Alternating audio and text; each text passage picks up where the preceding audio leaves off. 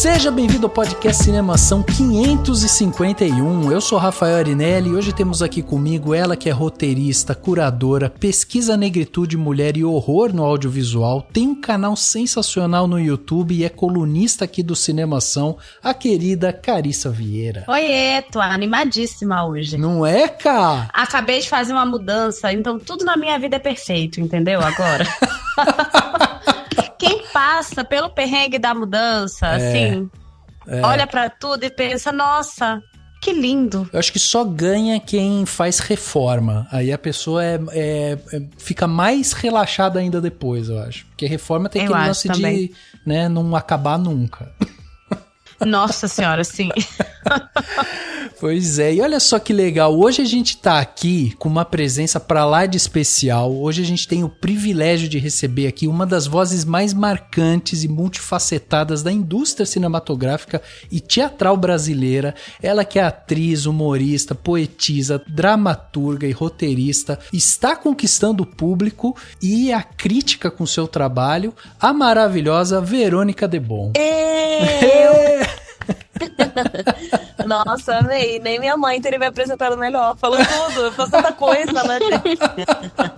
Agora, o capitalismo é tão maravilhoso que agora a gente pega termos em inglês, né? Pra falar que a pessoa faz muitas coisas ao mesmo tempo. Então é multiworking.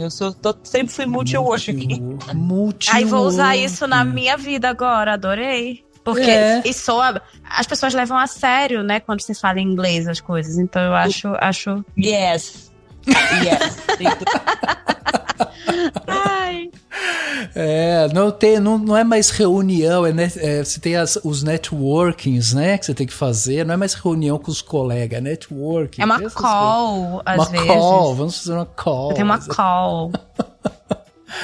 Pois é, minha gente, olha só, meus amigos, hoje estamos aqui para bater um papo com a Verô sobre essa carreira que ela vem construindo aí, que abraça uma variedade de papéis, desbrava, né, várias áreas no audiovisual, e ela tem sido reconhecida não apenas por sua habilidade como atriz, mas também pela sua escrita envolvente e criativa, que tem ganhado destaque com produções tanto no cinema quanto no teatro. Seu mais recente feito, né, uma participação na escrita e na criação do filme Minha Irmã e Eu, que é protagonizado lá pela Ingrid Guimarães e a Tata Werneck, um filme que não só encantou o público, mas também fez história ao se tornar o primeiro longa-metragem brasileiro a atingir a marca de 1 milhão de espectadores desde o início da pandemia. E hoje a gente tá aqui para bater um papo com a Verô, para conhecer um pouco mais da sua visão sobre arte, audiovisual, cinema, roteiro, atuação e muito mais. E é isso que a gente vai fazer hoje, bater esse papo sensacional com a Verô no segundo ato desse podcast. Vamos lá.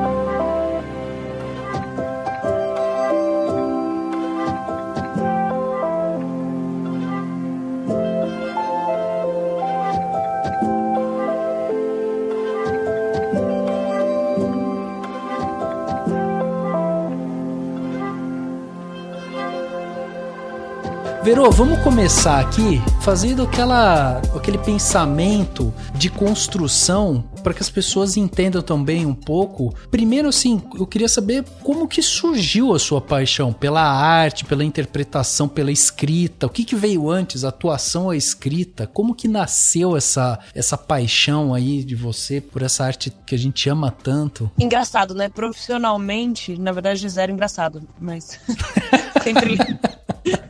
Profissionalmente, atuar veio primeiro, mas na minha vida mesmo, pessoal, escrever veio bem antes, assim. Eu acho que desde que eu me alfabetizei, escrever faz parte da minha existência de uma forma muito inseparável, intrínseca, assim. Eu brinco que eu só sobrevivi à minha adolescência porque eu sabia escrever.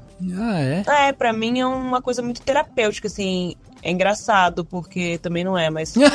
Mas é curioso, porque muita gente fala que o ator tem que estar no palco, ele depende do teatro, né? Sei lá, Fernandona, eu sinto que isso comigo é mais com a escrita, assim. Eu consigo sobreviver sem atuar, mas sem escrever eu sou incapaz, assim. Toda vez que eu tô muito assoberbada e tá muito difícil a existência pra mim, eu sei que se eu escrever vai melhorar. Às vezes eu esqueço. Aí, de vez em quando eu lembro, eu falo, é isso, eu preciso escrever. Aí eu escrevo e melhora. Então, profissionalmente veio depois, mas na minha vida veio antes.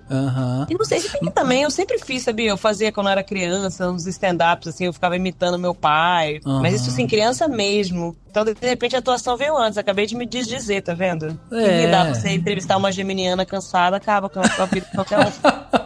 Não, o pior é que somos dois geminianos e essa conversa vai longe, viu? Vai ser uma rave.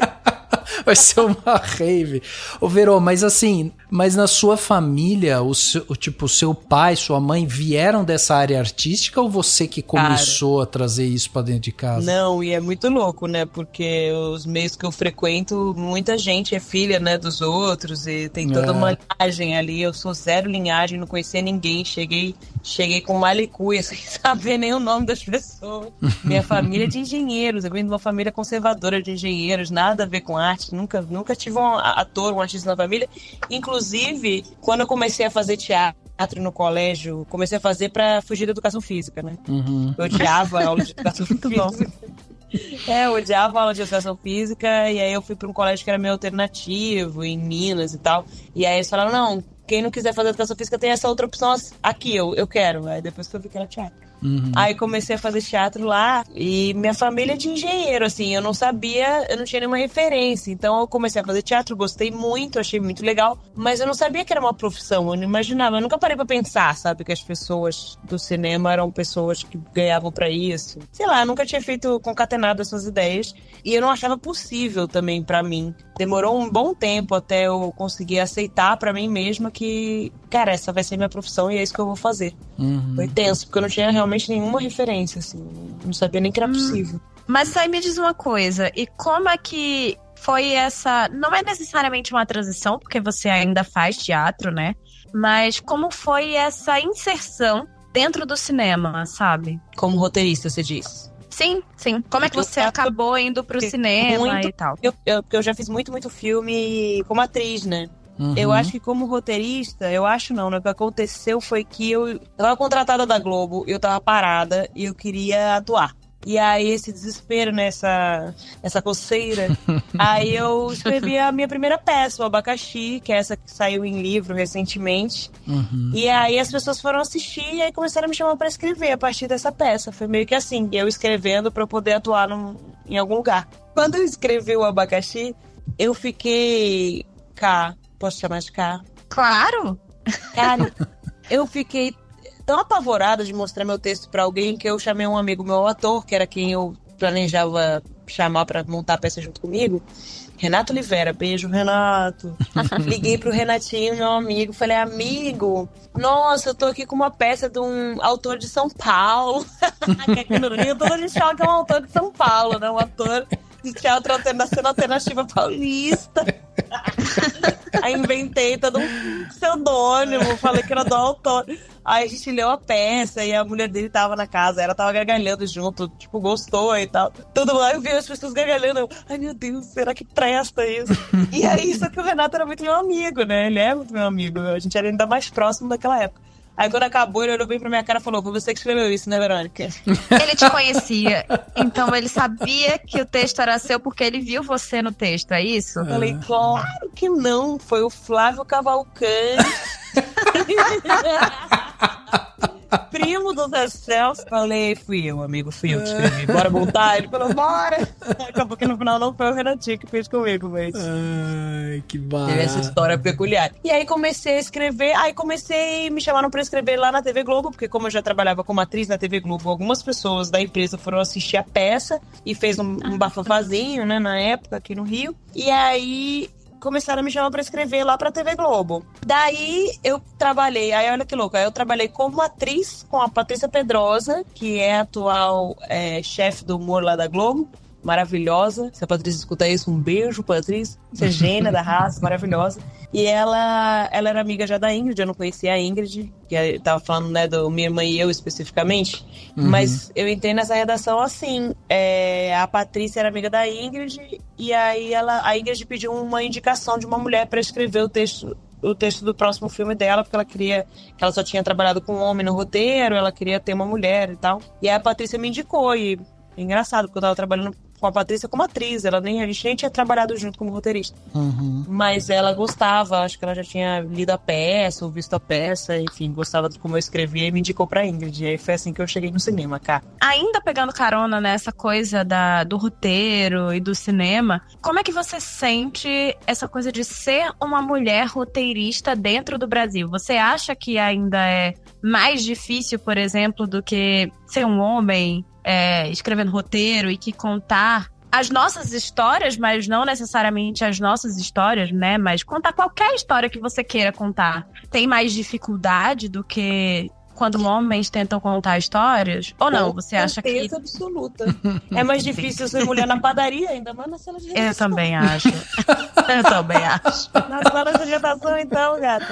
Aquele clássico, né, de ser interrompida, de não escutarem suas ideias. Isso até a galera tá um pouco mais ligada agora. Mas para comprarem suas ideias, né? Redação depende muito de pitching, né? De você vender, olha, o inglês novamente. Depende muito. Mas não existe, né, uma tradução para pitching assim que a gente use sempre. É incrível, né?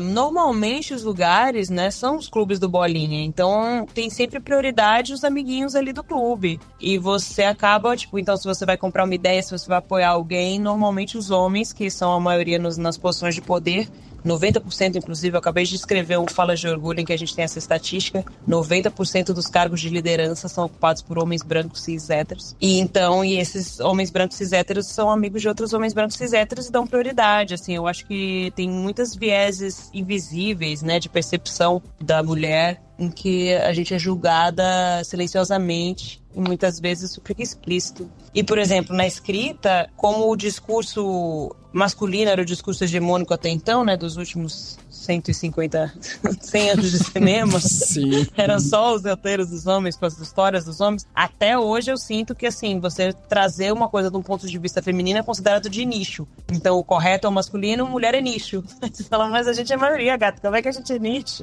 Pois é. Mas sim, eu acho bem difícil mesmo. Ô Verô, e me chama a atenção, principalmente quando eu conheço pessoas que têm essa característica de escrever e atuar, que é justamente a exposição. Porque, me corrija se eu estiver errado, mas quando você está escrevendo um roteiro, você está proporcionando um tipo de exposição sua, que parte da sua visão de mundo, né, do seu humor também e tal. Então tem muita coisa de você que vem de dentro das suas experiências, da sua visão e tal. Quando você tá atuando, você tá emprestando o seu corpo ali, né, para aquela personagem, trazendo as emoções que obviamente vêm das suas experiências e tal, mas enfim, você tá sempre de alguma forma expondo isso, assim, o seu eu de alguma maneira. Pra você, isso sempre foi uma coisa tranquila, assim, de você se expor tanto no roteiro quanto presencialmente ali e tal? Isso sempre foi uma coisa fácil de fazer ou foi um processo de você conseguir? Porque você contou essa história super legal sobre o seu primeiro roteiro e eu imagino que até isso, assim, deva trazer, né, uma carga complicada, assim, porque é uma exposição diferente, né, da sua vida também. Totalmente. Mas eu acho que a minha luta interna, Rafa, é o contrário, para me expor menos. Porque a minha tendência é falar tudo. Eu conheço a pessoa há 3 minutos e já tô contando toda a minha vida, tô falando tudo. Mas é uma exposição terrível, né? Porque dizem isso, né? Que não existe ficção. E realmente não existe. E sempre que eu tô escrevendo, assim, uma coisa autoral, eu penso, que parte vocês querem a versão bonita ou a versão proibidão? A gente aqui quer tudo. Sempre proibidão, gente. Pelo amor de Deus. A versão bonita é que parte da minha alma que eu vou expor agora, a versão proibidão é que parte da minha bunda que eu vou botar na janela agora. Porque eu sinto sinto que se a gente não se expor, se não for uma coisa da alma, não interessa, né? O que interessa o humano é ver que ele não tá sozinho, é ver que esse lugar íntimo que a gente esconde de todo mundo tá nele também. Tipo, nossa, essa pessoa... Eu entendo isso, né? Se reconhecer o barato da arte é se reconhecer, né? Então, se a gente não se expõe, essa conexão não acontece. Acho essencial. E realmente é uma exposição terrível, em lugares muito diferentes.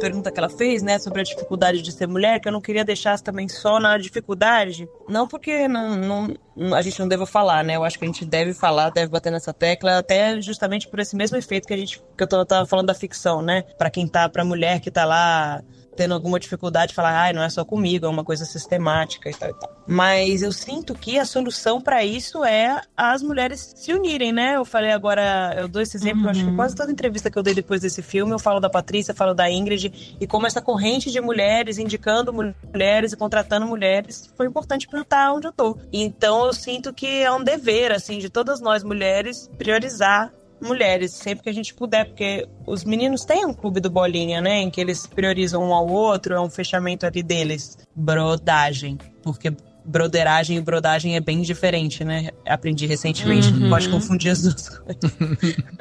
Aparentemente, brodagem é a união masculina e broderagem é putaria masculina, então convém não confundir. Broderagem, não, enfim, os homens são muito unidos. Boa.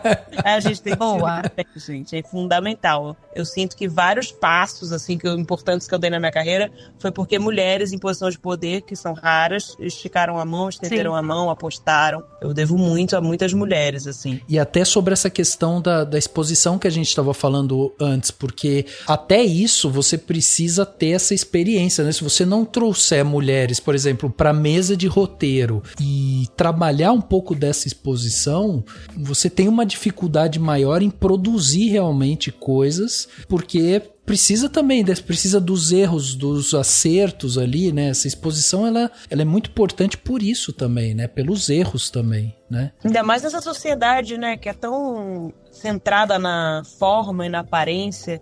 A gente abre as redes sociais e parece que todo mundo é infalível, rico, magro, sarado, inteligente, premiado, e só a gente que não, né? Então, você poder ver uma série, poder ver uma coisa de alguém que fala das suas dores, é salvador, né? Exato. Bom, a gente viu na pandemia, eu acho que a pandemia deixou bem evidenciado como a arte salva, né? Como a arte é pilar de sobrevivência. Sim. Sem dúvida. Sim, concordo. Eu, inclusive, bêbada numa festa, tatuei arte embaixo da minha peita esquerda. Acho de bom gosto? Acho bonito? Acho de bom gosto? Não acho. Eu estava bêbada e realmente é uma coisa que é importante. Era uma flash tattoo, então tinha poucas opções. E a arte é muito importante pra mim. Eu acho que eu tatuaria num flash tattoo, viu? Não nego. É um pouco assim, atriz que tatua máscara de teatro, né? Fica um pouco... Olha, eu fiz artes cênicas antes de fazer cinema e várias das minhas amigas fizeram isso, tá? Tem a máscara do teatro e eu não nego que eu cogitei. Acho que toda atriz cogitou em algum momento, mas as que fizeram estão arrependidas agora. Então, eu não fiz, mas eu cogitei. Eu tinha 17 anos, entendeu? Então eu tava liberada pra tudo nessa época. Então, eu tatuei arte na Flash Tattoo e, na verdade, o R ficou um pouco parecendo D. Então, eu e meus amigos, a gente tem uma piada interna que sempre que acontece alguma coisa, ou que eu falo alguma coisa mais profunda, a galera fala, arte. Muito bom. Porque eu tenho um ad tatuado na teta esquerda. Enfim, mas eu realmente acho que a arte é igual comida, igual segurança, igual educação. Sim. Tem minha irmã, né, de educação, inclusive. E porque é necessidade básica. Exato, o ser humano é muito exato. complexo, né? A gente não consegue passar por essa existência só com feijão e água. Não, e isso é uma das funções da arte, né? Justamente a gente conseguir transportar e levar essas histórias adiante, assim. Inclusive, essa era uma pergunta que eu queria te fazer também, porque além do seu trabalho no cinema agora, escrevendo, e também a sua base incrível, né, no palco e tudo mais, você já escreveu muita coisa, né? Inclusive tem a peça Tio, né, que foi encenada pelo Eduardo Stablish, que você escreveu junto com o Célio Porto e tal. Eu queria saber, assim, como que pra você é essa diferença de escrever pra cinema, pra TV, pra teatro? Pra você tem algum lance que é mais fácil, é mais difícil? São só técnicas diferentes? Como é que é isso? Olha, eu não sei, assim, eu acho que são só técnicas diferentes. Eu acho que eu não consigo ranquear em termos de dificuldade, não. Uhum. Porque são dificuldades diferentes, né? Igual atuar e escrever. Às vezes as pessoas falam, o que é mais fácil, o que é mais difícil? E até a coisa que você falou da exposição, são exposições em lugares muito diferentes. Ah, mesmo sendo roteiros pra encenação. É, porque o ator tá expondo, é literalmente sua cara, né? Suas emoções, sua cara, suas emoções todas ali. E o roteirista, às vezes, é a história. A gente brinca que em sala de redação, às vezes, pra justificar um personagem, a gente fala, cara, eu já fiz isso, um personagem faria isso. E aí, nessa, a gente conta cada história que, se deixar, todo mundo vai preso no final. É tipo, gente, redação é igual Las Vegas. O que fala na redação, fica na redação. Porque a gente se expõe de uma maneira, assim, muitas vezes pra justificar os personagens e tal. Mas, diferenciando, né, o teatro do roteiro do audiovisual, olha, eu vou te falar que o texto de teatro, na minha concepção, é mais livre. Você escreve com mais liberdade, assim. Não tem tanto formato. Você inventa o seu formato. E o cinema tem um formato mais hermético. É claro que dá pra você, né, fazer filmes mais experimentais e tudo, mas normalmente, principalmente o cinema comercial, tem um formato muito bem estabelecido, né? Você tem que entender daquele formato. Mas isso não quer dizer que seja menos divertido. Sabe quando você tá jogando joguinhos e, às vezes, umas regras são importantes pra você se divertir mais? Faz sentido isso que eu tô falando? Sim. Faz, eu tô sendo tipo faz. minha mãe. Não, total. O nome da minha mãe é Norma, tá, gente? Eu tive que crescer com esse peso na minha existência. A minha mãe se chama Norma. Eu acho que tem mais regras, assim, o cinema de maneira geral, se a gente for fazer do jeito que a galera tá acostumada, principalmente. E o teatro é muito livre, assim, porque... Até porque no audiovisual você tem uma limitação de orçamento, quando no teatro a gente conta muito mais com a imaginação, né? Igual a literatura, você vai para o lugar que você quiser, se você souber montar na imaginação de quem tá ali. E, enfim, tem vantagens e desvantagens, mas eu diria que é só uma diferença de forma mesmo. Entendi. A coisa da pessoa estar presente, do consumidor daquilo, consumidor é uma palavra ruim, né? Uma palavra meio comercial. Mas da pessoa, do espectador estar presente... Não tem nada mais poderoso que isso, né? E eu procuro sempre usar isso a meu favor, o fato de manter em mente que tem uma pessoa ali, sentada, olhando pra mim, vivendo, respirando o mesmo ar que eu. E por exemplo, na coisa do teatro, quando você tá escrevendo, principalmente você que tem essa veia humorística, né, tão aflorada, quando você tá escrevendo, você já tá imaginando, de repente, esses punches da piada, aqui o pessoal vai dar uma risada e tal. No cinema, você pensa mais ou menos isso também? Tipo, vou soltar uma piada aqui, que é a hora que o público... Vai dar uma risadinha aqui. Com certeza. Você falando tudo, é piada. A gente trabalhamos com piadas. Até da Joan Rivers, maravilhosa. A Joan Rivers, que, né, uma comediante e tal, ela sempre ela ia comprar as coisas e ela falava assim, gente, quanto que tá esse carro? Nossa, mas isso são 9.600 piadas, cara. É muita piada. Ela contabilizava o que ela ganhava por número de piada, porque ela ganhava por piada, então tudo ela convertia em dólares de piada. No mundo capitalista, errada ela não estava, né? Assim, aí a gente vai ter que falar da construção do capitalismo, mas no mundo capitalista, ela estava, né? Mas é isso, a gente aprende a fazer piada e construir, né?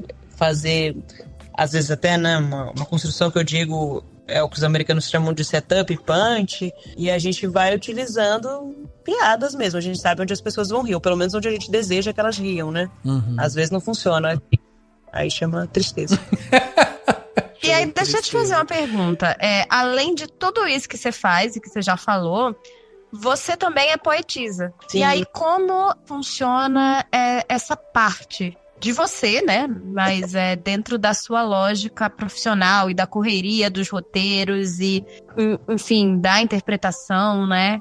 Como é que dá pra encaixar a poetisa nisso tudo? Do capitalismo, né? Pois é, também. Eu brinco que eu sou, sabe aquele sticker, eu tenho aquele sticker é um meme que eu mesmo fiz o sticker, na verdade. Do Kisuko, que o Kisuko chuta a porta e fala: a culpa é do capitalismo.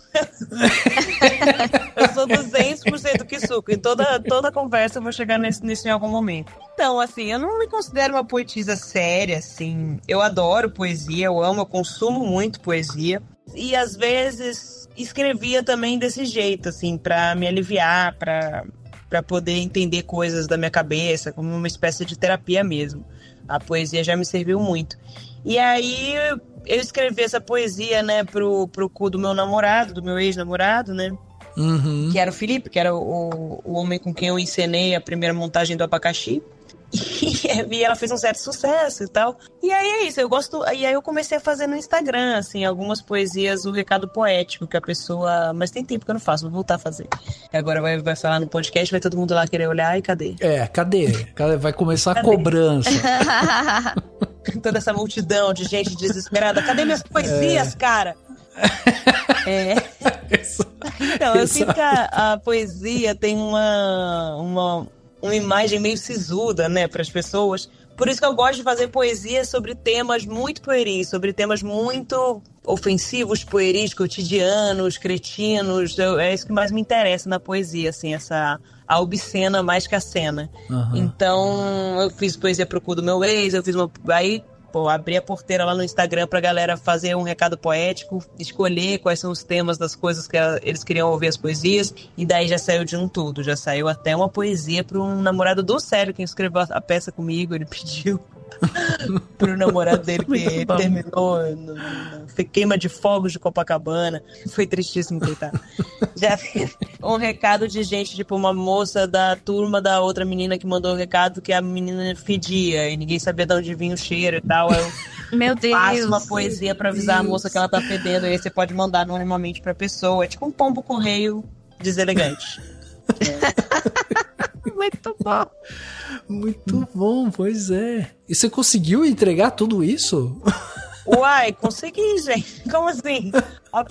As pessoas mandam, né, as temáticas. Normalmente eu abro as caixinhas às terças e eu acho que publicava quinta, tava publicando quinta. Caraca. Mas eu escrevo, é engraçado, assim, porque as pessoas valorizam e tal a poesia e música, né? Pra mim é o que vem mais rápido. Eu crio muito rápido as poesias. Então, pra ser um conteúdo de Instagram, pra mim é bom, porque eu consigo fazer rápido. É muito bom, né? A pessoa falando de poesias com vocabulário totalmente limitado. Mas eu quero dizer que eu tô muito cansada, eu gravei o dia inteiro. Tá tarde, tá, gente, que tá escutando esse podcast? Tá tarde agora. Tá tarde, exatamente.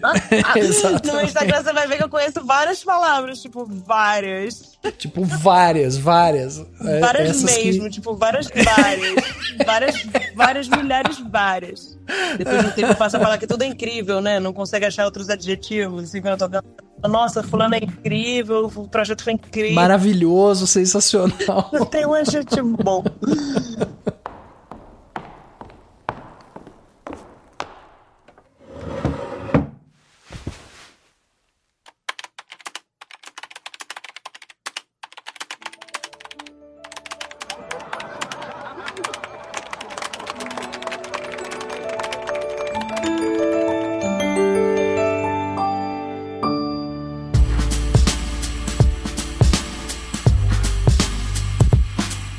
Verô, mas dentro desse aspecto literário, tem um aspecto que eu acho interessante, que é que a sua peça, o Abacaxi, você lançou depois um livro em 2022, né? Qual que foi a inspiração por trás dessa peça e como foi esse processo de adaptar para um formato literário? Assim? A adaptação foi bem pouca que foi necessária, porque a gente, na verdade, publicou em formato de peça mesmo, de dramaturgia. Inclusive, eu recebi outro dia um recado de uma menina da Cal, se você estiver ouvindo, eu te odeio. Muito obrigada.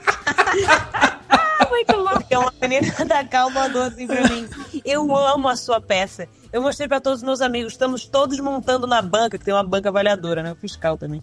Todo mundo tá montando na banca cenas da sua peça, daí eu tô emprestando, já emprestei pra mais de 10 pessoas. Eu falei: 10 pessoas compraram o livro, tá assim. Para de emprestar o livro, custa R$50, seu desgraçado.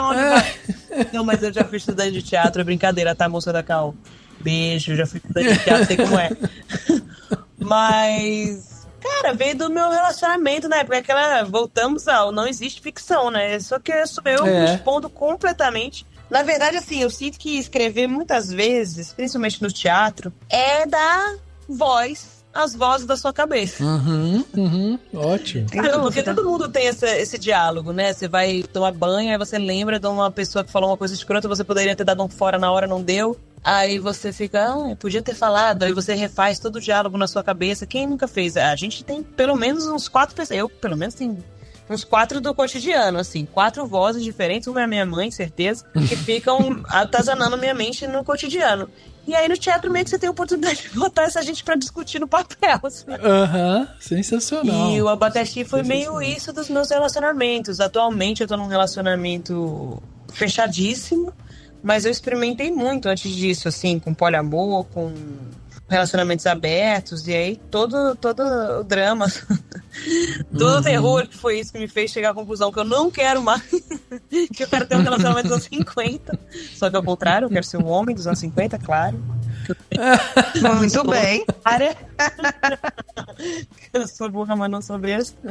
Tá ali, tá naquela peça. Todas essas exposições das situações. Algumas situações eu vivi, outras eu fiz um exercício de imaginação, né? Como seria, que são as inseguranças que passavam na minha cabeça. Tipo, aí eu brincava de fazer como se elas tivessem acontecido e como que eu ia reagir, enfim. E aí o Abacaxi é isso. Os dramas, as aflições de tentar se relacionar de uma maneira moderna, de uma maneira na qual eu acredito mais racionalmente, mas na vivência mesmo desisti por enquanto. É muito interessante, assim, quando a gente escuta você falar sobre as criações e você, né, falando também, contando suas histórias, como esse humor tá sempre muito presente, assim. Você sempre teve isso em você, assim, a parte do humor? Isso era uma coisa também... Porque você falou que a sua família é de engenheiros, mas era uma família sempre bem humorada, você estava sempre em volta dessa coisa humorística, assim, de uma certa forma? Não, isso foi desde que meus pais morreram que eu fiquei engraçada. Tô brincando. Tudo bem, faz parte. Não, às vezes morreram de uma forma engraçada. De rir, né? Imagina, eles estão vivos, graças a Deus, brincadeira. Ai, gente. Eu fiquei engraçado, né? Sempre foi assim, meio que sempre é, né? Eu achei engraçada a perspectiva de ter um personagem que fica engraçado depois de um incidente trágico.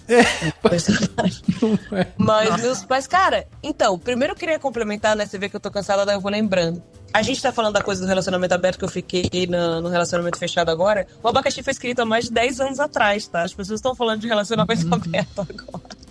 E eu acho que o Abacaxi voltou à baila por causa disso, mas foi escrito há mais de 10 anos. Eu agora já superei, sou uma nova mulher. E a galera... Agora é monogâmica. Agora eu sou uma volta, gata. Principalmente em podcasts, eu sou monogâmica mesmo, né? Porque ele vai ouvir. Tô brincando. Eu sou mesmo. Ele sabe que eu sou. Então, eu sinto, Rafa, que as mulheres... Olha que loucura, né? Eu cresci ouvindo que mulher não era engraçada e eu nunca acreditei, porque eu acho que cresci cercada de mulheres engraçadas e de homens que achavam que eram engraçados sem ser, sabe? Ah, sim. Perfeito. Sabe, tiozão? Meu pai é muito tiozão do pavê. Sim. Posso até falar sem medo de errar, porque ele não vai escutar. Ele adora um trocadilho. Ele só faz umas piadas muito sem graças que são engraçadas atualmente, porque na verdade a gente tá rindo dele, né? Acabou ficando divertido. Mas as mulheres da minha família sempre foram muito engraçadas. A minha avó, o Debon não é meu, né? Eu roubei da minha avó. Isso é verdade, quando ela morreu. Agora é real. Uhum. Eu tava procurando um nome artístico e aí vi no velório dela. Aí falei, pô, ela não vai usar. vou pegar. Peguei no velório dela real. E aí, Verônica Debon. A minha avó, Cesarina Debon, ela era muito engraçada. Ela era muito engraçada. O funeral dela, inclusive, é uma meta pra mim, assim, morrer. Não, a minha meta é quando eu morrer, ter a quantidade de gente no meu funeral que tinha no dela, sabe? Foi um show de rock, assim, tinha muita gente. Ela era muito divertida, muito amada, muito querida e muito engraçada. Ela fazia bullying com meu avô pesado, assim, era muito... Meu avô ficava quieto, assim, imagina, eles com 90 anos, ela morreu com 98, morreram muito perto. Nossa. E aí meu avô ficava velhinho, sentado, assim, e ele era muito quieto, e de repente ele abria a boca, minha avó gritava lá de trás, para, gente, parou! Eu ouvi um barulho de depois tão velho aqui, o Brasil abriu a boca! Vamos ouvir! Tem 12 anos que essa boca não se abre. Fala, meu filho, fala! Ela era uma palhaça, assim, ninguém escapava do humor da minha avó. Uhum. E isso, minha mãe também, muito engraçada. Acho que até involuntariamente minha mãe é mais engraçada involuntariamente que voluntariamente. Uhum. Mas assim, se preocupa, sei lá. Teve uma vez que morreu também, tô fúnebre, né? Essa parte do podcast, peço perdão. Mas uma vez tinha acabado de morrer um tio nosso. E o gato da minha irmã tinha sumido. E aí meu namorado da época pontuou como a gente tava rindo pra caramba do tio morto e tava muito preocupada com o gato. Porque a gente tava rindo horrores, porque a gente foi no Outback e ele morreu de colesterol alto. Ah, cara! Então minha mãe tava jogando uma piada atrás da outra. Ah, ele morreu de colesterol, a gente veio em homenagem a ele, né? Comemorar aqui no Outback e tal. E aí, de repente, quando o assunto virou o gato, virou uma solenidade. Ela, nossa, sim, cara, o gato tá perdido. Tem 1 dia e meio. Chance de então, minha mãe é assim, engraçada involuntariamente, sabe? E daí você vai trabalhar com pessoas como Tata Werneck, Ingrid Guimarães, trabalhou com Bruno Mazzeo e tal. Como é que foi pra você, de repente, estar no meio dessa galera, assim? Ah, é demais, né? A Globo proporciona... Isso é das coisas mais legais, fora o plano de saúde, que a Globo proporciona. É. Que é você conhecer os seus ídolos e trabalhar com seus ídolos, né? Na série do Bruno, por exemplo, que a gente foi indicado a um Emmy. Pois Chiquérrima. é. Chiquérrima. Cara, mas pra mim, talvez mais valioso que a indicação ao Emmy foi... eu escrever textos pra Fernanda Torres falar, pro Matheus Nascegalho falar, sabe? Tipo, meus ídolos inteira. Falo, caraca, eu vou escrever um texto e a pessoa vai falar. É muito legal isso de ser roteirista. É muito legal de ser roteirista na Globo, principalmente. E é fabuloso, assim. Eu fiz uma cena como atriz, né, no filme da Ingrid e da Tatá. Eu não dormi direito, eu fiquei péssima, assim. Tava viradaça fazendo aquela cena. Vou contracenar com a Ingrid e com a Tatá de uma vez só. Qual foi, galera? Caraca! Calma aí. Mas foi demais, elas são demais. É engraçada, a Tatá é engraçada o tempo todo, de morrer de rir. Tem comediante, né, que é engraçado na câmera, mas na vida é esquisito, tá? Acontece muito. Sim, é. A Tatá, todos são esquisitos, na verdade é essa, assim. Todos são muito esquisitos. A galera que não é a galera cotidiana, assim, que você encontra na padaria no banco. Uma galera com umas neuroses muito insanas. Todos. Mas, então tem gente que é só esquisito e aí quando liga a câmera é engraçada. Mas, por exemplo, a Ingrid, a Tatá, elas são engraçadas o tempo todo. E é demais, né? Eu me sinto muito honrada, muito privilegiada de poder estar trabalhando junto com gente que eu acho que enriquece meu trabalho, que eu admiro. É um privilégio, né? Privilégio de pouca gente, que eu valorizo bastante. E, por exemplo, lá com o Diário de um Confinado, né? Que a gente tava comentando aqui, a série lá com o Bruno Mazzeo e tal. M, o que significou isso pra você, assim? Foi tipo, mais um, era o que eu esperava. O que? Um M? Não. Não? A gente nunca espera essas coisas, né? Não. O Tá No Ar também, eu lembro que o Tá No Ar foi no Risadaria, ganhou muitas vezes, aí virou concurso. Aí, caramba, eu nem sabia, principalmente no audiovisual, a gente não tem muita ideia, né? Aquilo que você falou, essa hora as pessoas vão rir. A gente espera, a gente tem esse ato de fé. E se tudo der certo, é isso que acontece, mas nem sempre a gente não sabe exatamente, né? No teatro, por exemplo, a gente consegue ter um feedback imediato. A plateia tá lá, então se a plateia ri ou não ri, se a plateia chora ou abre uma bala e começa a comer amendoim, você sabe o que tá acontecendo. No audiovisual não, meio que você entrega pro mundo e você não sabe como é que as pessoas estão reagindo, da onde elas estão vendo, sabe? Então não dá pra esperar nada, assim. É tudo uma grande surpresa, eu sinto.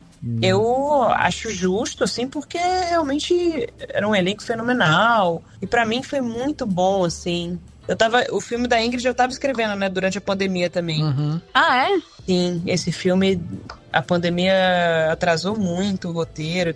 A gente começou a escrever antes, aí veio pandemia, morreu gente. Foi bem complexo, assim, a confecção desse roteiro.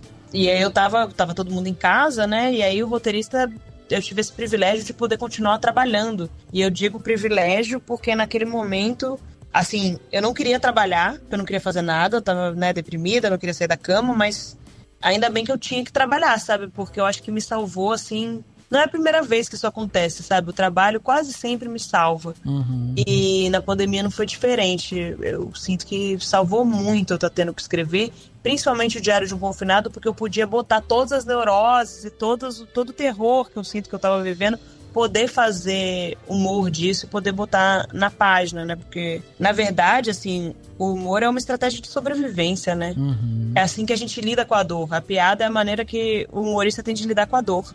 Então, eu poder fazer piada do que estava acontecendo foi muito importante pra mim. O fato de você ter recebido essa indicação ao Emmy mudou alguma coisa pra você quanto escritora e tal, assim, tipo, pra você foi importante, assim, pessoalmente ou não? Cara, é bom pra botar na mini bio. Isso é ótimo, é ótimo.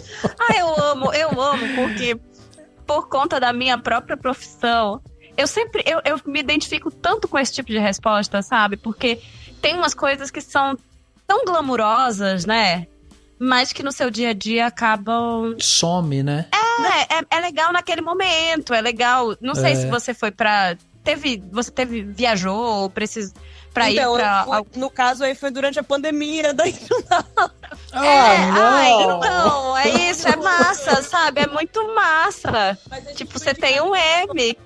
Eu fui pra Nova York com o Tá No Ar, quando o Tá No Ar foi indicado ao Emmy também. Todas as Mulheres do Mundo, essa série que eu fiz com a Patrícia também foi indicada, e a novela que eu fiz também foi indicada. Mas é que pra mim o Emmy do Diário tem um sabor especial, né, por eu estar no texto. Os outros eu tava com uma crítica. Daí, quando a gente tá, né, no roteiro, a coisa é mais natural. O nosso nome vai pra divulgação, né, isso é diferente.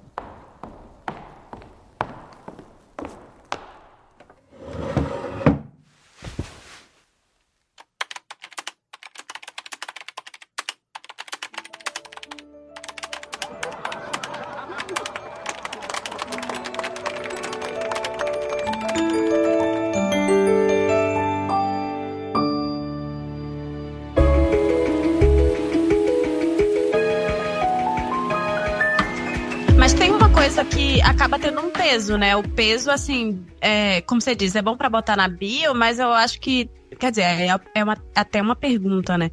Mas tem uma coisa de, no seu currículo você é essa profissional incrível que já escreveu esse tanto de coisa e que já foi indicada ao Emmy. Então eu acho que faz alguma diferença, eu acho que pras empresas também, né? Enfim, E ninguém nem lembra, na verdade. É só quando realmente recebe a mini bio. Mas... Muito bom. Ou você vem gravar o podcast, né? Mas daí não a pessoa muda, lembra. Lembrar, né? Eu falo, inclusive essa série, Rafael. Mas é isso, não muda o fato de que, nossa, ó, olha as indicações ao Emmy, isso é massa, isso é muito bom. Dos produtos que eu estava, das obras que eu participei, foram 4 ao todo. Mas eu quero... Olha aí, que chique. 4 obras indicadas ao Emmy, gente. Isso é incrível. Tá vendo? Então, Vai na Fé, né? Foi Vai na Fé que ganhou? Não. Foi Órfãos da Terra. Órfãos da Terra. Rafael, olha que triste. Eu uma vez vi uma entrevista da Meryl Streep que ela fala assim, que ela foi indicada, sei lá, 50 vezes ao Oscar. E ganhou 20. Aí, cara, e aí? Ela falou, e aí que eu perdi 30, né? Eu vi ela falando isso também. E me deu uma perspectiva muito interessante, assim. Não, e aí, porque o Rafael falou, você esperava ser indicada ao Emmy? Vocês esperavam que a série fosse indicada ao Emmy? Eu falei, cara, a gente não esperava, mas depois que foi, a gente esperava ganhar. Na verdade, eles mesmos criam as expectativas que a gente não tinha. Mas aí me conta uma coisa, depois de tudo isso, o sucesso do filme, né, recentemente, quais são os projetos que você pode falar, né, que você tá envolvida, e se eles têm esse olhar também, porque dá pra ver que tem muito, né, dentro da sua carreira, assim, essa coisa de olhar para histórias protagonizadas por mulheres também. Então, quais são os próximos projetos? E se é isso, se eles têm esse viés, assim, se eles têm esse protagonismo feminino, ou se você tá pensando, por exemplo, em... Como, por exemplo, a série, né, com o Mazeu, que era protagonizada por um homem, enfim. Se você tá indo para um outro caminho, enfim. Não, eu acho que é um assunto, né, a questão feminina me interessa demais. Inclusive, recentemente a gente lançou na Globo Falas Femininas, que eu tô no roteiro também. Foi super legal, assim, sabe, poder falar, porque o Falas Femininas é um programa de lead show, né, então ele é pessoas falando pra câmera, então realmente você fala, não tem metáfora, você fala exatamente o que você quer falar, e a gente fez experimentos sociais. Foi bem interessante essa experiência, que eu nunca tinha feito, linha de show. E a temática continuou sendo essa, assim, eu não fiz só esse, agora mesmo a gente entregou Falas da Terra e tô fazendo Falas de Orgulho também. Mas essa temática é isso, não tem o mesmo que eu sinto assim, como roteirista e como atriz também, muitas vezes no Brasil, muitas vezes a gente faz o projeto que está disponível pra gente fazer. Mas meus projetos autorais, eu acho difícil não passar por aí, assim, por um ponto de vista feminino. Até porque eu sinto que a gente já ouviu bastante as narrativas masculinas, sabe? Me interessa um pouco menos, apesar de terem várias muito boas. Então, é um assunto que me interessa muito, sabe, Ká? Eu acho que é interessante, a gente tem que mostrar mais narrativas diferentes, né, da narrativa que a gente tem escutado, para ver novos... Eu acho que o mundo inteiro, a cabeça das pessoas se abre, o mundo inteiro se abre, a gente tem tanta coisa para explorar. E eu sinto que eu posso contribuir desse jeito, né? E até pra saber de você, assim, nessa parte, a gente tá falando muito da sua parte de escrita, porque é uma parte muito interessante, né, assim, mas a sua atuação, você acha que escrever de alguma forma ajuda você a atuar? Não, mas eu acho que atuar me ajuda a escrever. Ah, legal. Porque eu sei o que o ator passa, eu sei o que o ator vai pensar quando ele pegar aquele texto, como é que eu ajudo ele a entender o que eu tava querendo dizer. Atuar me ajuda muito, assim. Eu conheci algumas pessoas que falam que normalmente autor que é ator é bom dialoguista. Mas essa questão aí, que você também perguntou dos outros projetos, curiosamente, os projetos que eu posso falar que estão para sair...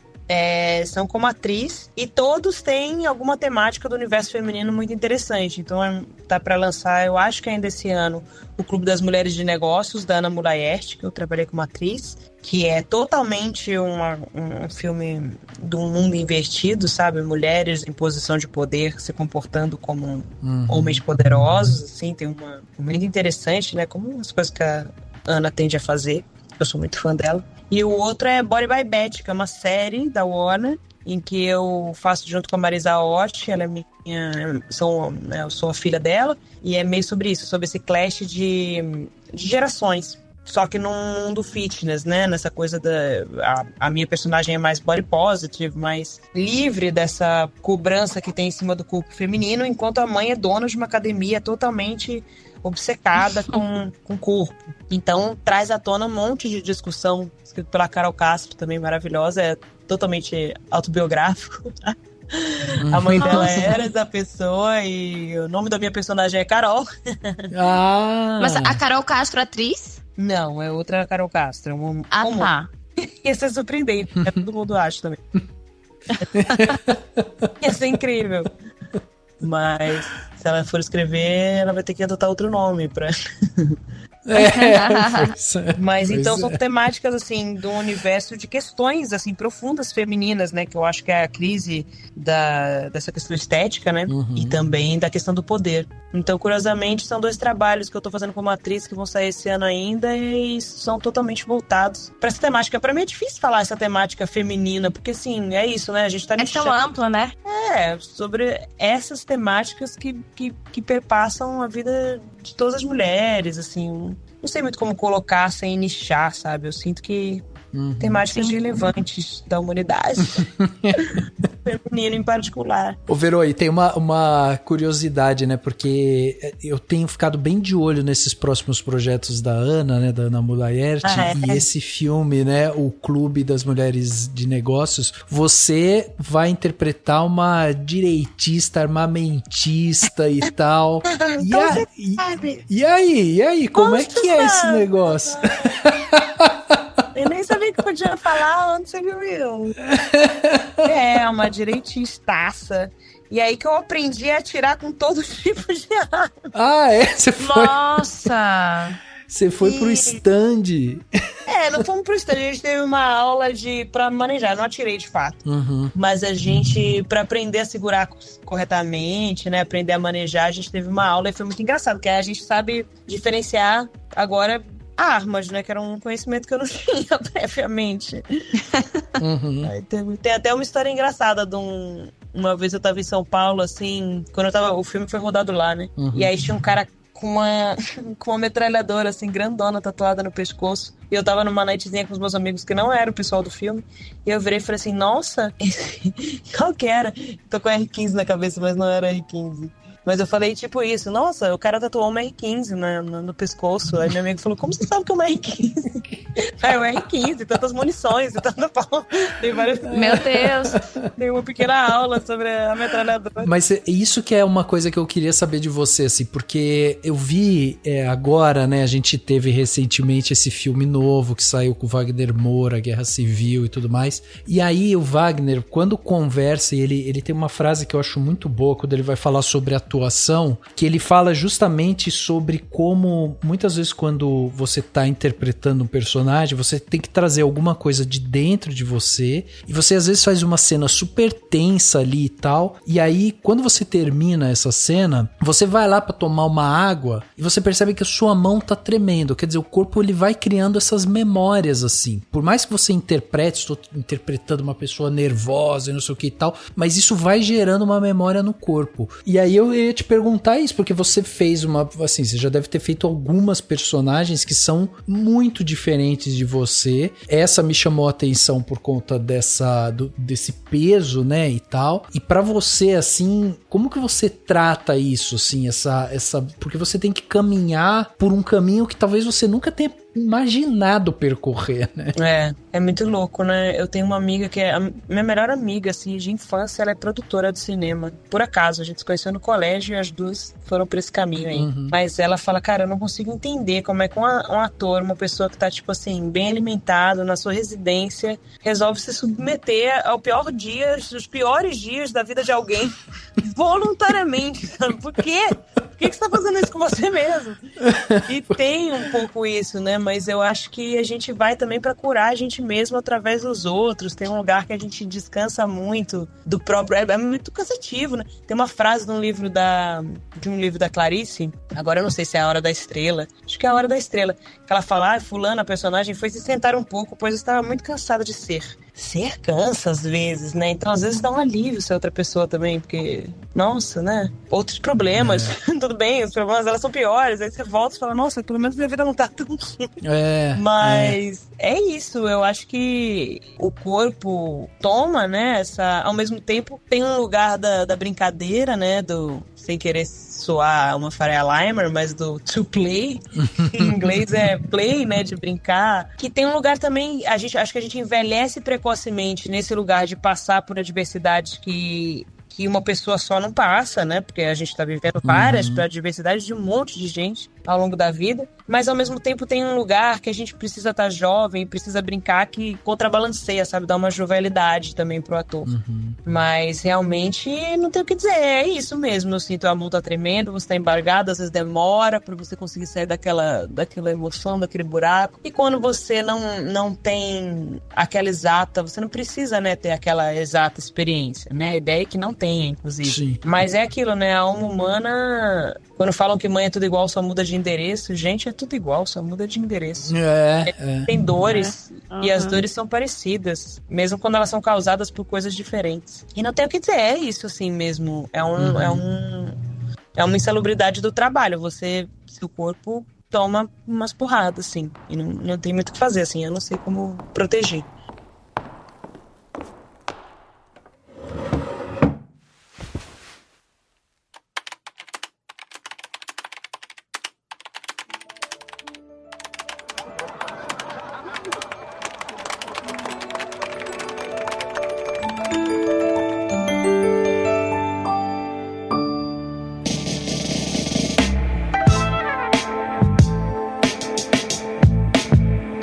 Você pensa em fazer coisas assim, tipo, que fujam muito do que a gente costuma ver e tal, tipo, sei lá, um musical, escrever um terror aí e tal? Tem umas vontades assim de ir pra um caminho diferente? Tenho, né, Geminiano?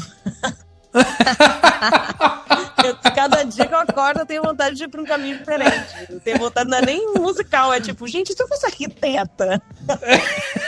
Nossa. Por isso que eu virei atriz, porque aí eu falo, eu quero ser advogada. Aí você fala, então tá, você tem que ler todos esses livros aqui, a Constituição, decorar. Aí você fala, não. Mas eu quero aquela parte que eu entro de salto e falo, eu tenho uma objeção. Não, meritíssimo, eu quero essa parte. Então é atuar, então tá. Então, você pega o filé também da profissão de cada um. Você pega exatamente. A parte que vale a pena filmar, né? Que vale a pena ser assistida da vida de cada um. Então também tem essa vantagem aí.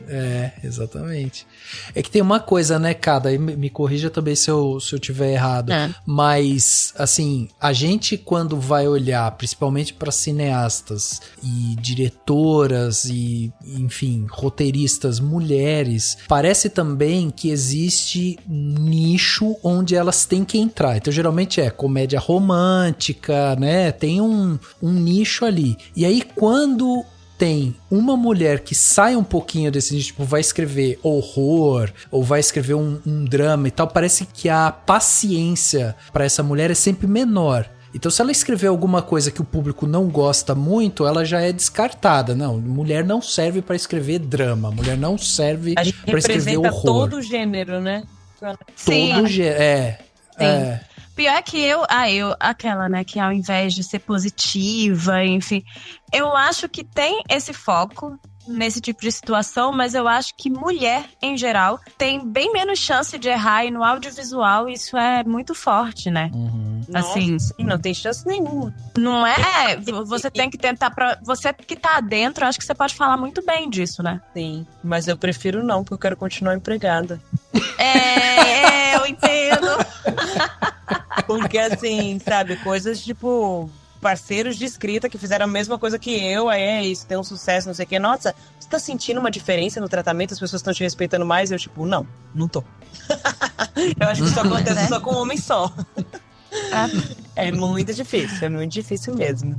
Mas eu sinto que essa coisa dos rótulos também é uma coisa do capitalismo, porque aí as mulheres têm os rótulos de mulheres, né? Que é isso que o Rafa tava falando. Sim. Mas, aqui sucando um pouco novamente, é isso, né? O capitalismo faz a gente ter que ter rótulos. Então, porque aí eu vou pensar terror, aí eu vou pensar fulano, ciclano, lá. Vou pensar, comédia romântica, falar fulana, aí as pessoas acabam fazendo as mesmas coisas, os artistas todos reclamam disso, né? Mas é uma coisa meio de produto, de você colocar na prateleira. Senão, se a pessoa faz tudo, em que prateleira você coloca, né? Nesse grande mercado que é o capitalismo. Grande supermercado de almas. Então, acho que o capitalismo é que empurra a gente pra isso. E é uma dificuldade pra mim, porque eu realmente não consigo ficar numa coisa. Adoraria me especializar, falar agora eu só faço isso. Porque aí é aquilo, quando a pessoa vai pensar, ela pensa em você direto.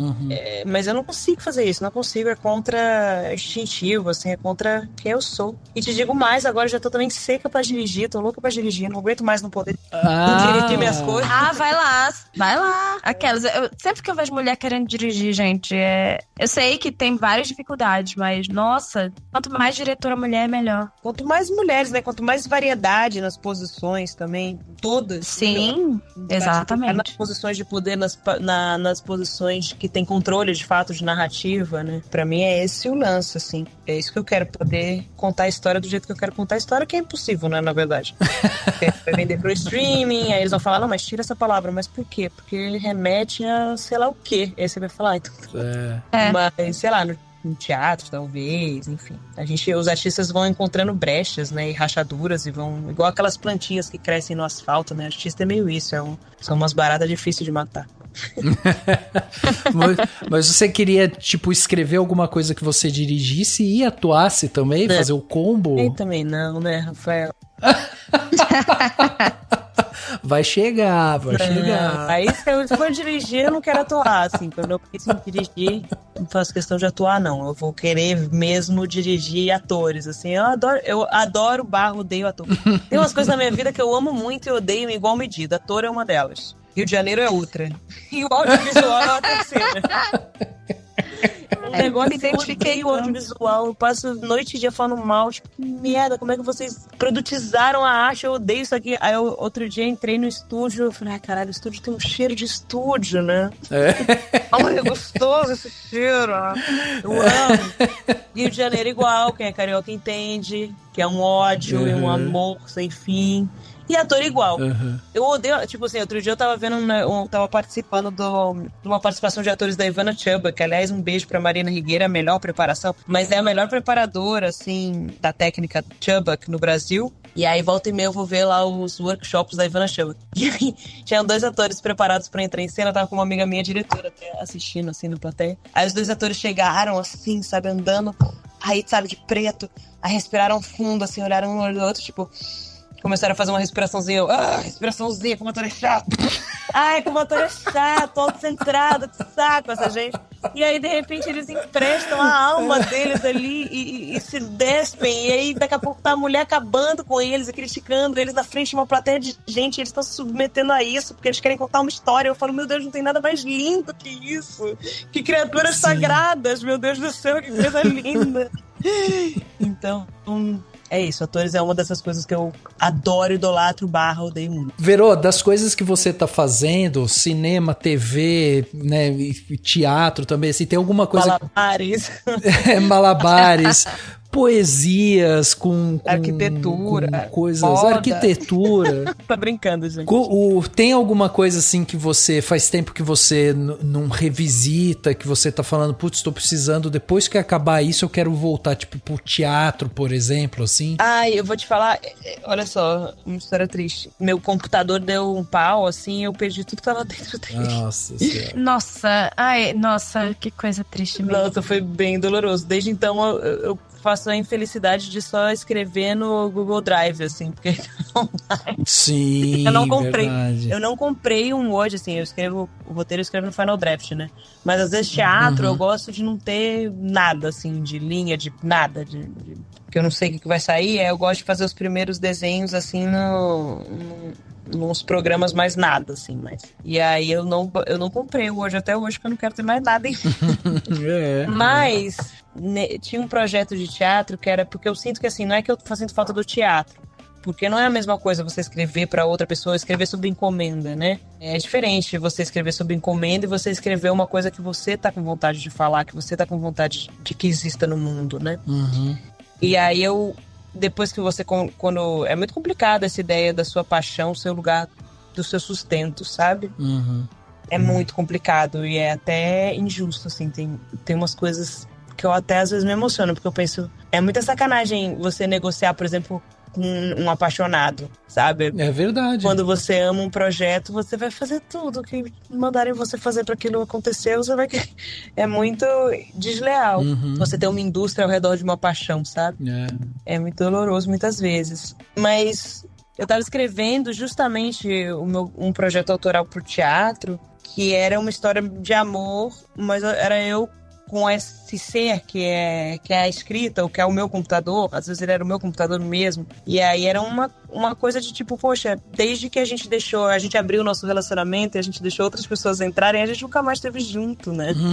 A gente nunca mais ficou só a gente. E eu tenho saudade, era eu falando, mas nem virou nenhum projeto, mas assim, era desse lugar de tirar da terapia, sabe, Rafa, que eu tava falando antes, de tirar de mim essa saudade profunda que eu tava de tá só eu e meu computador, só eu e o que eu quero falar, só eu e a pessoa, o público. Eu tenho muita saudade de escrever pra mim e não pra ninguém, mas mandem jobs, eu quero escrever pra você.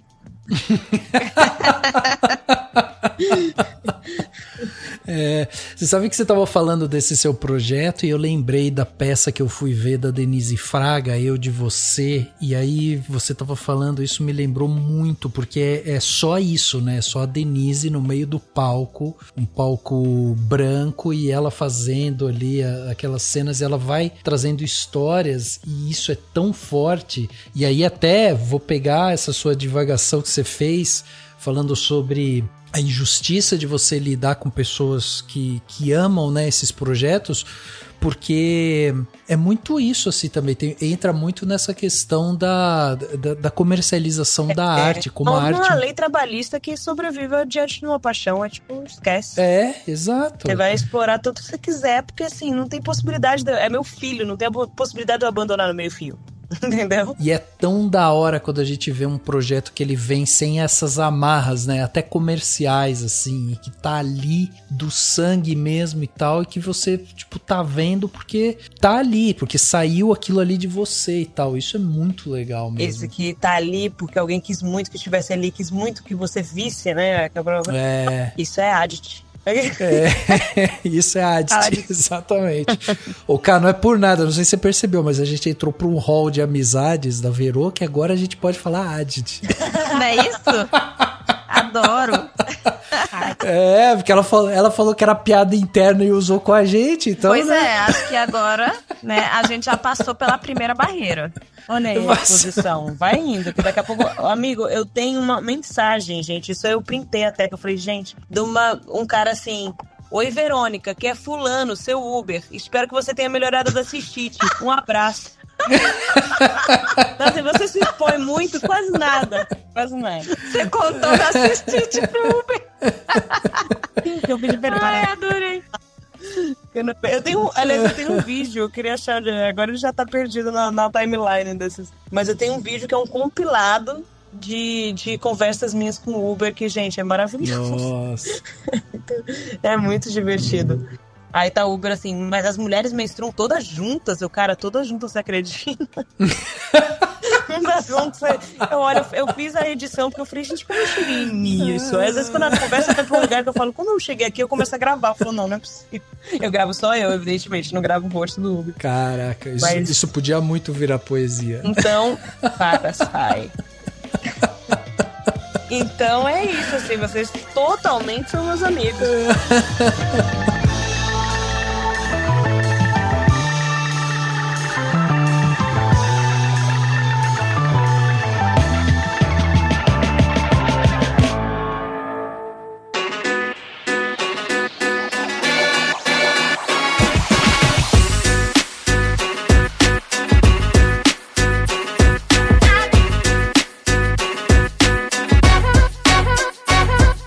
Plano detalhe da semana, aquele momento que a gente dá dicas aqui pra vocês ouvintes, né, fazerem coisas diferentes assim, né, durante a semana. Cá, vamos começar com você, pra você já trazer algumas dicas enquanto a Verô vai se aquecendo ali. Nossa senhora, então vamos lá. Uma dica tá relacionada à outra. Eu quero indicar uma série e uma série de livros, na verdade livro 1 e livro 2, mas vamos lá. Tá. Eu quero indicar a minissérie Ripley, que tá na Netflix, que é uma adaptação do primeiro livro da saga do Ripley, do Tom Ripley, que é o talentoso Ripley, que já virou filme com Matt Damon. Mas, como uma grande fã da Patricia Highsmith, que é a autora do livro, e uma fã eu terminei, inclusive, ontem, o segundo livro da saga. Eu já tinha lido o primeiro livro há alguns anos e tal.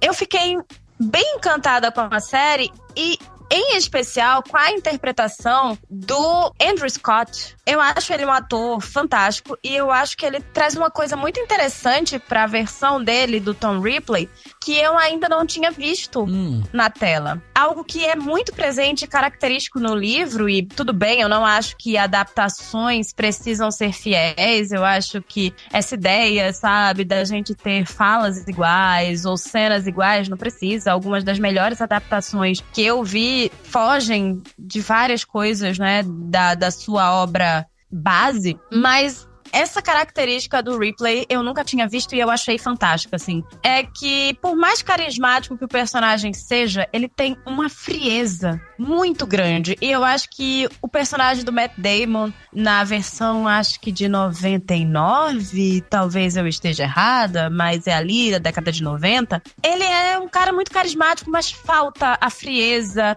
a coisa que é muito característica do psicopata que é o Tom Ripley, sabe? Sim. Ele finge as coisas, mas ele não tem empatia pelas pessoas. Ele é um narrador não confiável, porque a gente vê a história através da perspectiva dele. Mas ele mantém um distanciamento e uma frieza absurda.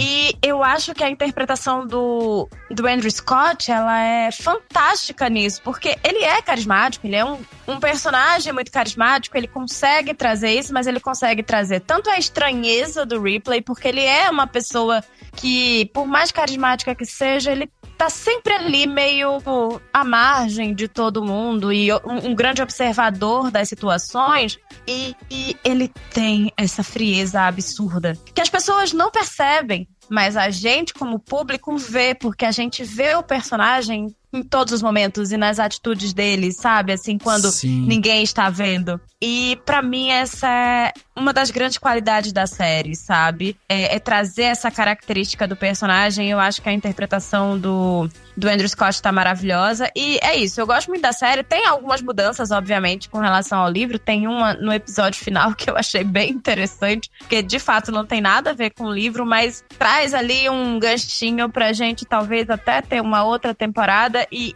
é tão interessante que, assim, eu nunca quis ver nada além do Ripley, mas dessa vez eu veria. Que demais. Eu veria uma segunda temporada do Ripley. E aí chega a minha outra indicação. Tô indicando aqui o primeiro livro, Talentoso Ripley, muito legal. Mas eu queria indicar o segundo livro da saga, são 5 livros. E aí é isso, eu terminei ontem. Que é o Ripley Subterrâneo.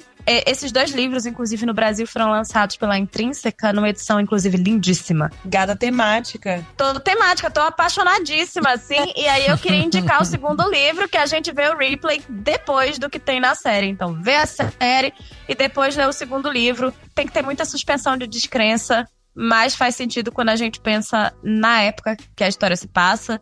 Então, é assim, você quer matar todo mundo, bater em todo mundo, que coisa absurda. Mas é isso, um dos narradores menos confiáveis da literatura e que, assim, a gente bate de frente, inclusive com as nossas questões de moralidade. Eu sempre adoro quando a literatura, a arte, né, fazem a gente questionar a nossa própria moralidade também. Então, ficam aí as indicações. Então tá aí, ó, série e livro que a Carissa trouxe pra gente, né? Lembrando você, ouvinte, que tudo que a gente tá indicando vai ter aqui no post desse podcast, vai estar lá na descrição dele. É só você clicar e você vai ser direcionado aí pras coisas. Vamos para o plano detalhe, a dica que a Verô trouxe pra gente. Verô, o que você trouxe de bom aí? Estamos com as nossas cadernetas apostas aqui. Eu sou geminiana, né? Como eu disse poucas vezes ao longo desse podcast. Eu quero dar dica de tudo. Agora, durante o negócio, eu lembrei de uma peça que eu sou apaixonada, que eu acho que ainda tá em cartaz lá em São Paulo, não sei se já saiu, mas ela tá por aí, entre Rio e São Paulo. Algumas, né? Tem a King Kong Fran, que tá fazendo um sucesso nesse lugar, né, do feminino, super importante. E uma que eu tô obcecada, que é Todas as Coisas Maravilhosas, que é um presente pra humanidade, com Kiko Mascarenhas, dirigido pelo Fernando Filbert. Então, no teatro, King Kong Fran e Todas as Coisas Maravilhosas. Indico. Na literatura, eu indico que comprem a peça O Abacaxi. E você da Cal que tá pegando emprestado, compra essa peça, porque uma coisa você vai querer ter uma capa tão bonita que a menina fez. De literatura, vou falar o meu livro favorito, que tem um nome difícil, mas não se enganem, é muito bom. É zero complicado, ele é também uma coisa feminina interessante, uma análise super profunda e psicanalítica de uma moça que tá ouvindo um cara falar sobre os casos que ele tem com diversas prostitutas. Da Elvira Zegna, o nome é Como se Estivéssemos em um Palimpsesto de Putas. Bom demais. E como a gente também falou, eu falei, eu quero ser bem diferentona, vou dar uma dica de audiovisual bem assim, Bergman, Bem. Mas, cara, talvez você já tenha ouvido, tá pipocando em tudo quanto é lugar. Eu vou reforçar apenas essa indicação que tá vindo de muitos lados. Que é Baby Reindeer. Ah, sim! Da Netflix. Bebê Rena. Você tá assistindo? Eu acabei, eu assisti numa sentada. Eu não consigo. Nossa, eu tô pra começar. Falou da injustiça, né, de negociar, de comercializar uma paixão. E eu sinto que esse filme fala muito do audiovisual, e fala muito da alma humana, e fala muito da exposição. A exposição que esse cara teve pra escrever é muito lindo, assim. Realmente, esse lugar que a gente conversa tem tudo a ver com tudo que a gente falou aqui, sabe, ao longo da entrevista. Então, decidi dar essa dica mesmo, sem medo de ser feliz, apesar de estar sendo, já tá pop. Mas vou dar a dica pop, sou contra. Mas vou dar. É boa demais a série, assim. Falam que é o I May Destroy o masculino. Eu amei essa definição. Mas é muito boa e fala a exposição e esse lugar da identificação que a gente conversou.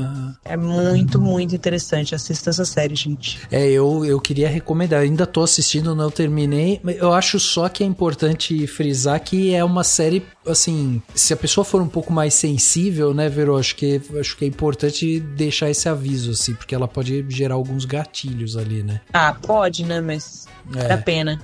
Vale a pena, vale a pena. Muito vale boa. A pena porque gera também uma sensação de um acolhimento, né? Junto com os gatilhos, tem um acolhimento ali também da coragem que o menino tá tendo, que é muito fenomenal. É mesmo. Muito bom. Bom, para fechar aqui essas dicas, eu só quero trazer uma, que é um podcast, para quem quiser ouvir aí, né, no seu trajeto do trabalho, lavando aquela louça, de repente, fazendo exercício. Bom, tem um podcast que se chama Eu Só Disse Meu Nome. Tô apaixonado pelo podcast feito pelo Instituto Vladimir Herzog, então vocês já devem imaginar do que se trata. E o podcast, na verdade, ele faz uma investigação, porque lá em 1973, o estudante Alexandre Vanucci Leme foi preso pela ditadura militar e foi levado à sede do DOI-CODE. E hoje, quando você vai lá em 2024, o retrato do Alexandre, ele estampa os muros da USP. E ele foi, né, uma figura muito emblemática nesse momento desses anos mais duros, né, da ditadura militar. E o podcast se propõe a responder perguntas como o que aconteceu entre a prisão do Alexandre e hoje, né? Como que um estudante que era franzino, vindo de Sorocaba, onde estou inclusive, se tornou um símbolo de um dos dois piores momentos dos anos de chumbo, né? E ele acabou apontando um caminho aí de luta pela redemocratização. Então, o podcast vai atrás dessas respostas, ele é apresentado pelo Camilo, e aí é muito bom. O primeiro episódio é uma porrada, assim, você vai ouvir e ele é duro de ouvir, tem lá a narração, né, da parte da tortura e tal, e aí eles fizeram uma espécie de interpretação disso, né, tem lá um ator que faz as vozes e tal, e é pesado, assim, você fica sentindo ali junto, e é assim, depois você vai ver a imagem do Alexandre, e é de um absurdo, você bate o olho nele, assim, você vê que ele é um estudante, garoto, franzino e tal, então você vê todas essas mazelas, né, que a ditadura trouxe, e eu acho que acima de tudo é importante a gente ter essa memória para justamente a gente conseguir combater isso sempre que alguém levanta essa bola, né, sobre ditadura militar e tal, então é importante. São episódios de 1 hora mais ou menos, tem 3 episódios no ar já, então você procura aí no seu Spotify, Eu Só Disse Meu Nome, é um podcast excelente, vale realmente a pena vocês irem ouvir.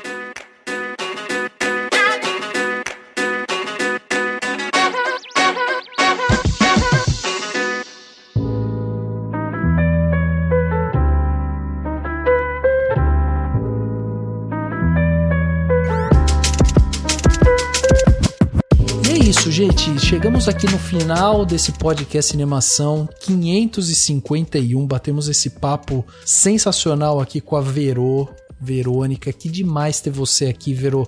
Obrigada, meu amor, amei. A gente amou também. E, cara, eu queria agradecer primeiro você por ter vindo aqui pra bater esse papo com a Verô. Eu chamo a Ká pra fazer entrevista, ela topa na hora, assim. Principalmente quando a entrevista é boa, né, Ká? Tá jogando na minha cara que eu demorei? Ah, gente. Nada! Jamais. Isso é uma indireta, Rafael. A gente já tá amigo, já tá indo, já tá quase. Entendi. Então você quer dizer que você gosta da Carissa muito mais. Tá bom. Ela também é minha favorita. Parei. Muito atriz. Adoro. Não, isso que a gente acabou de ver é Adit. Não se preocupe, não. Nossa, verdade. E é bom que a Adit é quase prima irmã de Écuba, né? Do que eu falei pra você. E soa meio como Addict também, entendeu? Então tem uma coisa meio um duplo sentido. Assim. Ai, olha, isso é genial, Rafa. A partir de agora alguém vai me perguntar, pera, por que você escreveu Adit na teta? Eu vou falar, porque é arte e addict. Nossa, você acabou de salvar minha tatuagem, que era uma tatuagem merda, agora ela é uma tatuagem só ruim. Ela é muito simbólica. Ela é muito simbólica. Exatamente. Simbólica. Eu acho que é isso. Obrigada. A partir de hoje, realmente você tem que usar isso. Horrorosas. Safa, pra você salvar, eu tenho mais umas 4 horrorosas pra você salvar. Passa pra ele que ele com certeza vai ter um jeito de a gente desvenda esses significados aí. Subconsciente, tá no subconsciente. Eu tenho uma andorinha que eu gostava da perninha da andorinha, assim, do rabinho da andorinha, mas eu não gostava da asa da andorinha, eu gostava da asa da pomba. Uhum. E aí eu pedi pra juntar, assim, minha primeira tatuagem.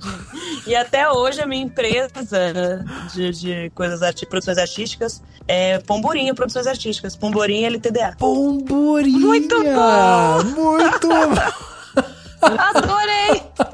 Eu até refiz a tatuagem, mas ela tá aqui, Pomborinha Fim de Flor. Caraca, Pomborinha é muito bom. Muito bom. Contratem a Pomborinha, gente. Ai, muito bom.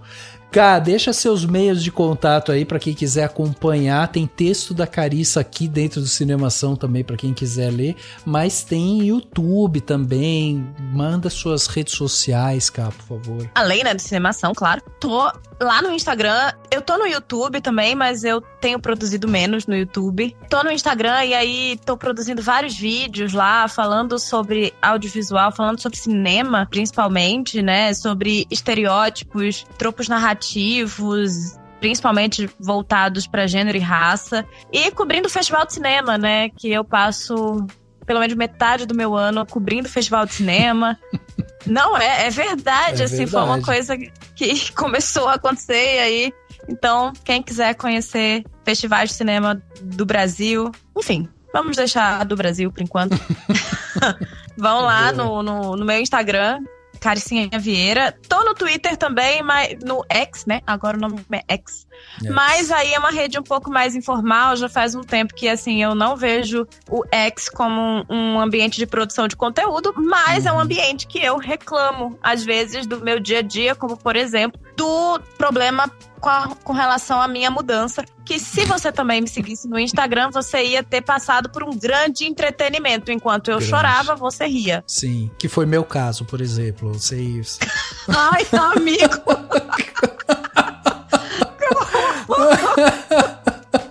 Nada contra, mas é porque a história é muito boa, entendeu? A história... É porque eu não contei a situação que antes de eu achar apartamento que eu me mudei, eu fui falar direto com a proprietária de e fui assediada e a mulher me mandou nude. Sim, isso aconteceu. Nossa, não. Essa eu não contei, é porque eu fiquei...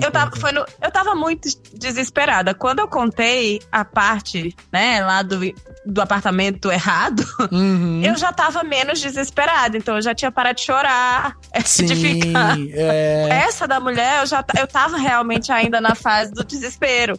Então, assim, eu não acreditava. A mulher me mandou um monte de nude com vibrador e coisas assim. O que essa doida tá fazendo? Me mandando nude não solicitado. Eu só vim falar de um apartamento, sabe? E aí eu desisti de ir atrás de apartamento com proprietário e voltei pra imobiliária. Olha só. Deus. Pois é. Depois, se você quiser, eu conto direito. Por mas foi. É isso. Enquanto eu me desesperava, as pessoas têm entretenimento. Mas o drama e a comédia é a mesma coisa, só depende da distância. Quando é comigo, é drama. Isso. Quando é com você, é comédia. Exatamente. Exatamente. Espero essa história no meu e-mail às 6, viu, Cá? Porque, olha... Pode deixar. Mando áudios, na verdade. Bom. Muito bom. Verô, muito obrigado também pelo seu tempo. Eu sei da sua correria, sei do seu esforço de estar aqui com a gente. Então, em nome também, né, da audiência do Cinemação, que adora saber um pouco mais desses meandros, desses operários do entretenimento como você, fica muito feliz de poder trocar, né, tanta coisa com uma pessoa tão talentosa como você. Então, muito obrigado. E também queria que você deixasse meios de contato para quem quiser. A Verô tem uma história ótima também lá no Que História é Essa Porchat. Procurem. Não vou nem dar spoiler, vai lá. Eu atualmente a rede social, não sei nem o que dizer. O que eu mais uso é o Instagram mesmo, que eu mais tenho me dado uma alegriazinha, assim. O Twitter lá é vmudodebon. O Instagram é Verônica Debon e o TikTok também é Verônica Debon, que eu tô tentando usar e não consigo. Nossa, tô passando pela mesma situação. Vou transicionar. Assim, na verdade eu posto lá. Eu só não vejo as coisas dos outros, desculpa, amigos. Não, eu sou ao contrário. Na verdade, eu vejo as coisas dos outros, mas eu não posto nada. Eu sempre esqueço. Aí as pessoas falam, o vídeo que você posta no Instagram e posta no Twitter. Eu falei... Mas é o que eu faço. Não, na verdade, eu ainda posto os stories no TikTok. É mais conteúdo, gente. Faz isso, ó. Pega os seus stories e posta no feed do TikTok. Mas é isso, é @Verônica Debon nas duas redes. Boa. E Debon no Twitter. Mais uma vez, muito obrigado, Verô. E espero que a gente possa trocar mais vezes. Tá? Agora que a gente já é amigo do Adit, aí a gente, né? Agora a gente depois cria o grupo, Adit Grupo. Fechado, já sabemos como vai ser a foto. Muito bom. Bom, lembrando vocês, né, que estão ouvindo a gente aí, se você gostou desse episódio, quiser ajudar aqui, né, na discussão, mandando suas perguntas, o que vocês acharam e tal, manda sempre seus comentários através das nossas redes sociais, procurando sempre por Cinemação, ou na minha também, né, Rafa Arinelli, eu tô lá em todas elas, é só me procurar, ou pelo nosso e-mail, contato@cinemação.com. Além disso, lembre-se de seguir a gente no Spotify, na Apple Podcast, curtir na Deezer, se inscrever no Castbox para que você possa receber aí todos os nossos episódios assim que eles saírem, você vai ser notificado. Então não perde tempo, vai lá e classifica a gente também, procura, porque você vai receber esse episódio na hora.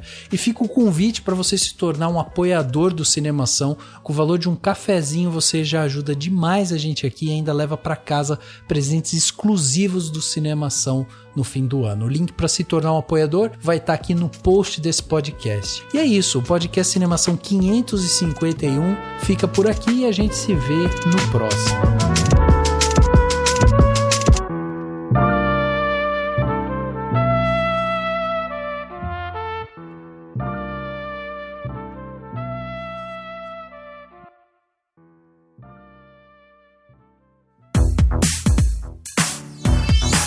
Esse podcast foi editado pela Isso Aí Design. Tudo isso é forma com função. É design estratégico. É isso aí.